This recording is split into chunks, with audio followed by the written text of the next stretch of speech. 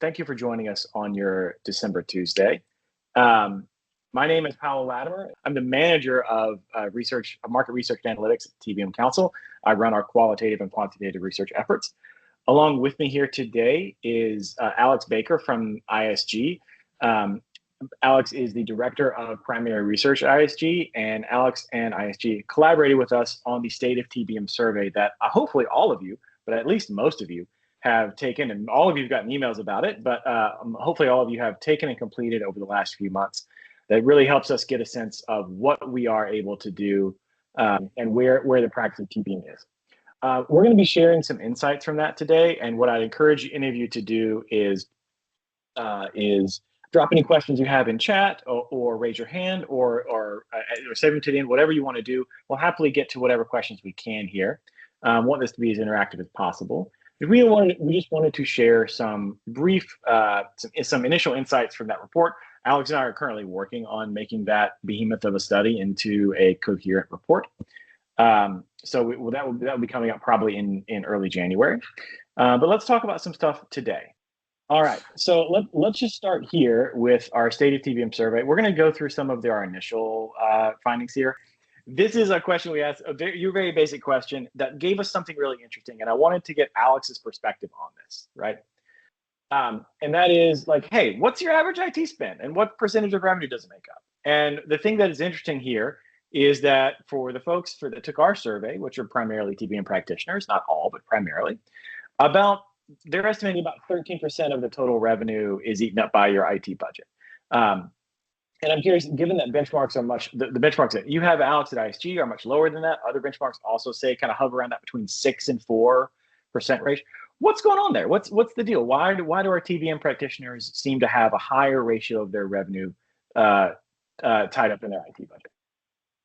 Yeah, so I think there's a couple parts of this that we can look at.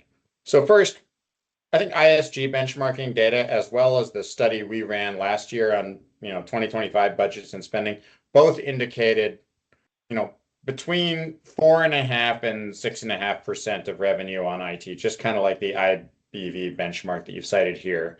And I think broadly speaking, that's consistent with our research. In the TBM Council group, we saw a much higher percentage, obviously almost double that. One of the things that we are seeing is this is a newer study, and we went through the State of TBM over the summer and into early fall. And our benchmarking team has recently been seeing increases in percentage of IT budget on revenue because we're seeing big jumps in software license costs this year. And organizations are struggling to contain those cost increases. Another component, though, is that we think there's some data in the study here that indicates that TBM users are more likely to be able to identify costs. For example, shadow IT costs or outside of IT department technology spending. And so the TBM group may just have a more realistic number for kind of IT spend in general than many organizations that have maybe a significantly larger portion of line of business technology spending or outside of IT, kind of shadow IT work. Anyway, I think those kind of paint a different picture of TBM users than that. So possibly more visibility, better visibility into spend, but also maybe a little more aware of and forecasting awareness of kind of price increases. The last thing that I would bring up is usually we see that TBM users are better able to justify the spend that they have. They have better visibility into how the business is getting value for the spending. And that doesn't necessarily mean going all the way to chargeback and showback, but just the idea that it's being well managed and documented. And so that may be justifying some greater amount of spend because there's that closed loop to business outcomes. Yeah. I remember when we discussed this the first time, you saying like, yeah, it seems like TBM folks are just also like way better at finding all of the shadow IT things. I know that all of our TBM practitioners would be happy to hear that and would love to take that back to their business. I wonder if it's reasonable that like the fraction that we report most often is lower than it probably should be as well. That was also one thing I was thinking. I wonder if it's actually closer to that 12% number, or somewhere between that 12 and 6% numbers. Somewhere in the range there is more of the average, but who knows? All right.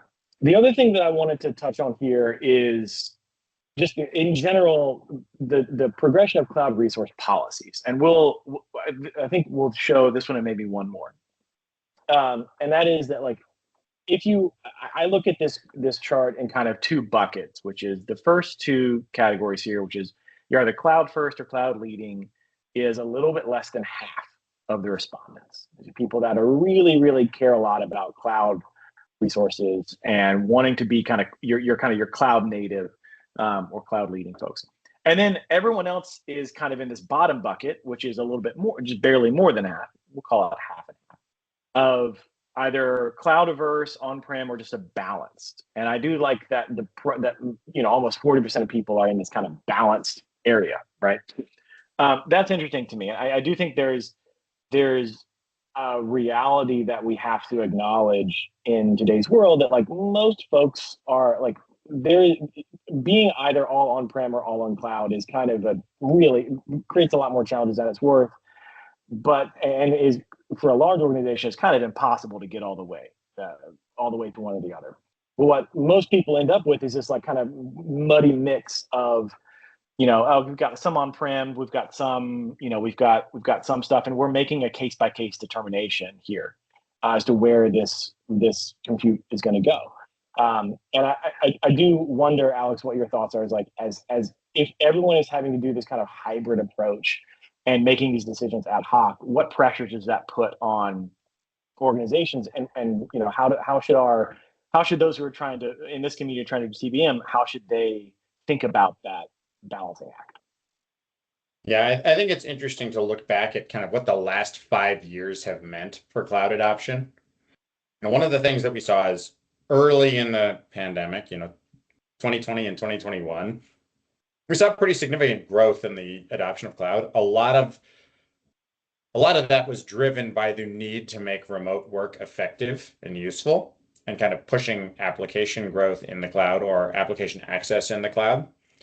And then we saw a period from kind of about 2022 to 2024 early, where cloud bookings growth, so the growth of activity with AWS and Azure especially, was actually negative for the first time since we've been tracking it. So that isn't to say they were losing business, but that the kind of adoption curve was slowing. Okay, perfect. Yeah, so And once you have that, you just we'll just update it on the fly. If someone can go on mute, please. Okay. Yeah, Roman, if you can go on mute, thank you. So what we saw there was kind of after that period of kind of diminished growth, AI launching and driving new bookings growth again in cloud. And so kind of a lot of organizations that we've been working with are having this balanced conversation where they're saying there are workloads that don't have particularly cloud-like characteristics. They are not elastic. They are required 24/7. They don't have particularly advanced hardware capabilities, but they do need to be available. A lot of internal services that look that way. And so there's this question of like, which are the workloads where the elasticity or the variable consumption of the cloud are actually benefits for the workload and give us a good outcome? Where are the workloads where the ease of provisioning is important, so in the development cycle? And where are the workloads where this is essentially I won't say low stakes, but low variability, not a high performance requirement workload, where we can run those on-prem much cheaper? And organizations kind of balancing those two things. One of the things we have seen recently is as you try to incorporate AI into more workloads, it pushes everything again back towards the cloud, because that's where the capacity is for the most part. And I know that there's been a lot of talk in the market about organizations building out private AI compute, but either chip availability or cost or timeline mean, we're not really seeing that happen a ton in practice yet, outside of very specific situations. So, I tend to look at that balanced approach right now as the cost appropriate way of looking at it. And I think, one of the requirements of being able to do that is having a good ability to profile the workload on its fit for the characteristics that make cloud attractive. Yeah, I think there's a lot of interesting fallout from like the cloud, from what you said of this whole, like, let's put everything on cloud. We have to figure it out right now. And then that kind of wave receding back down the beach. And where does actually where's the tide mark, if you're continuing my tortured beach analogy, for most folks, where does that magic middle exist? And I also want to briefly touch on this, because you just mentioned, like, hey, as we get more AI and shift more stuff into the cloud, so much of your AI resources, right, are based off compute, so they're going to be fairly variable cost.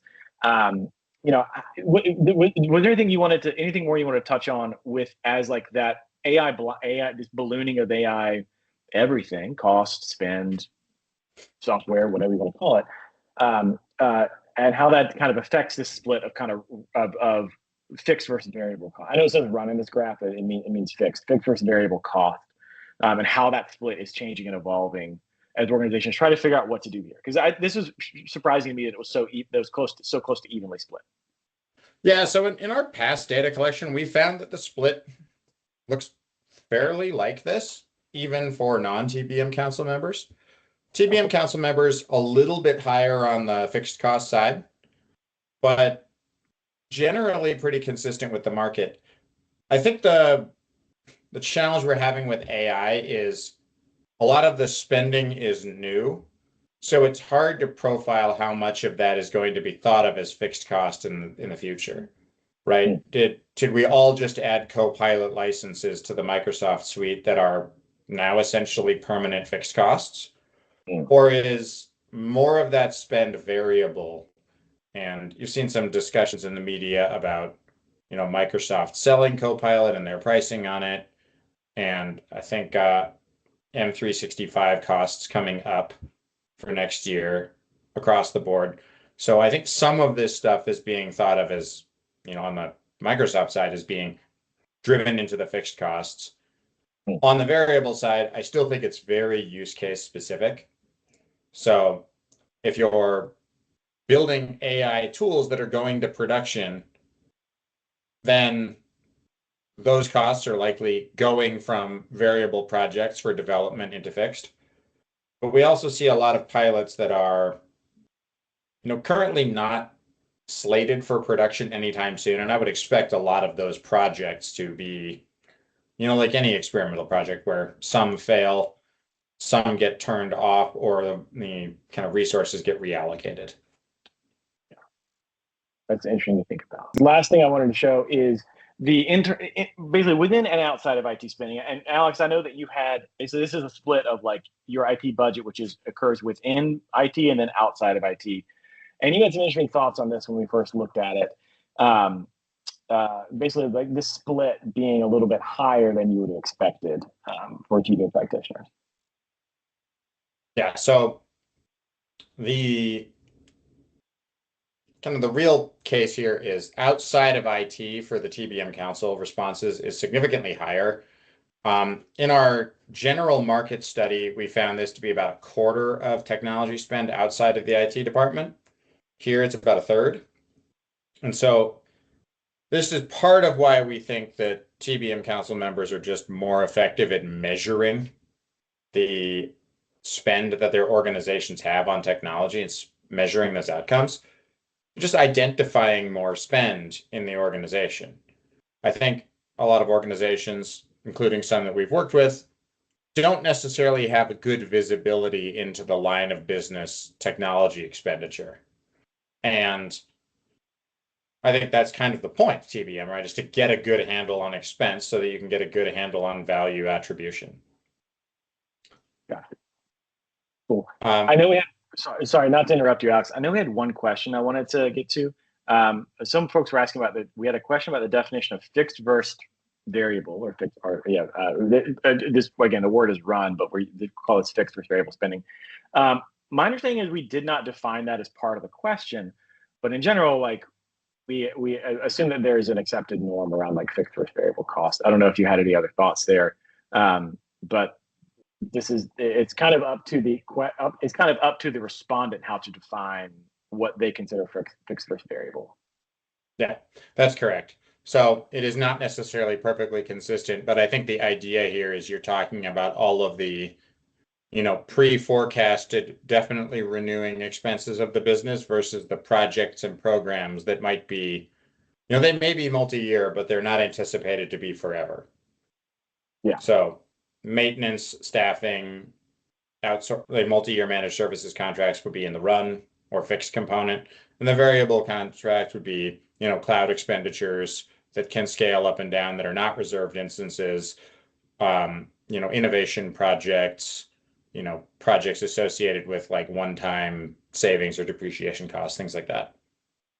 I would also tell you that this is my field, which is survey design and question design. We intentionally left this vague up to you, the respondent, in the survey.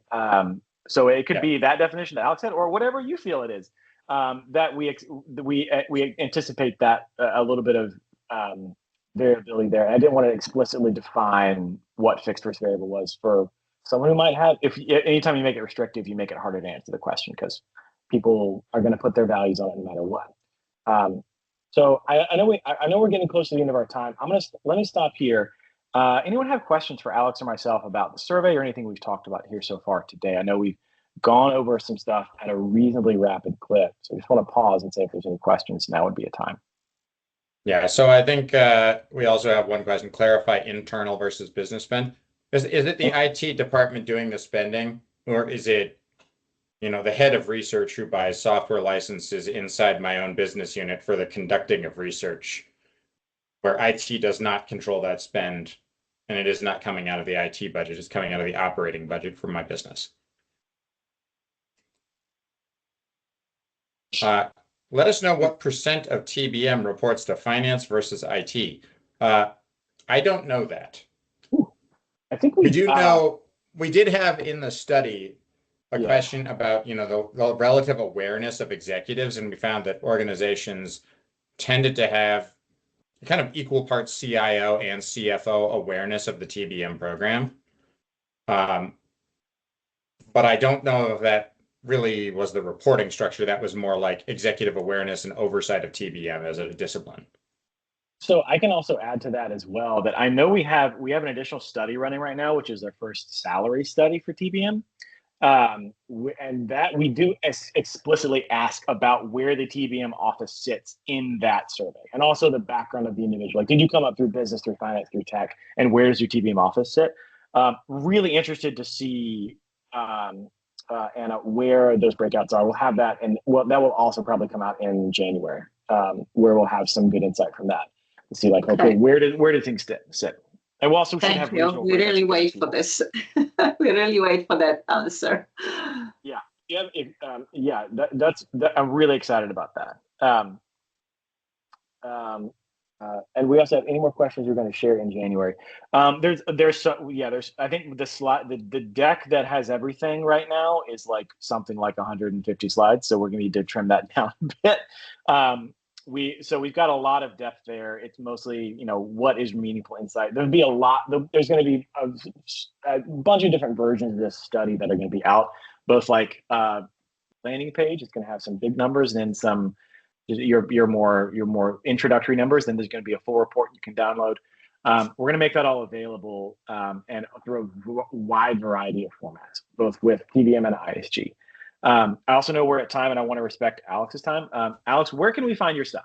I want to plug for our community. Where can we find you, man? Because Alex does really cool things, and I want you to be able to tell us where we can find more of your work. Yeah. So the first one is you could subscribe to the newsletter we write called the ISG Index Insider. It is once a week, short, 400 to 500 word piece on what's going on in the IT and business services industry, kind of which is ISG's major focus. And further, if you're looking for the primary research we do more directly, I lead a product at ISG called ISG Market Lens, which is a primary research-focused buyer behavior and market activity product. So if you are interested in those results, or if there are certain kind of pure comparisons you're looking to do with yourself, feel free to talk to us. And finally, if you are interested in IT spend benchmarking, looking at your budgets, looking at your allocation of resources, ISG offers benchmarking as well if you're looking at kind of better understanding how you're spending versus your peers. Gotcha. All right. Thank you, Alex. I Thank you appreciate so it. much. Yeah, thank you all. Shakia, I'll get back to your question. I've got your question loaded. I will shoot you a note with the answer to that after this call, because I've got some thoughts for you there. Thank you all so much for joining here today. We really appreciate your time. Apologies for our brief technical difficulties. As always, the recording will be available after this. I'll turn this back over to Jazz to lead us out. But again, thank you all so much. Stay tuned for additional updates as we publish this survey after the holidays.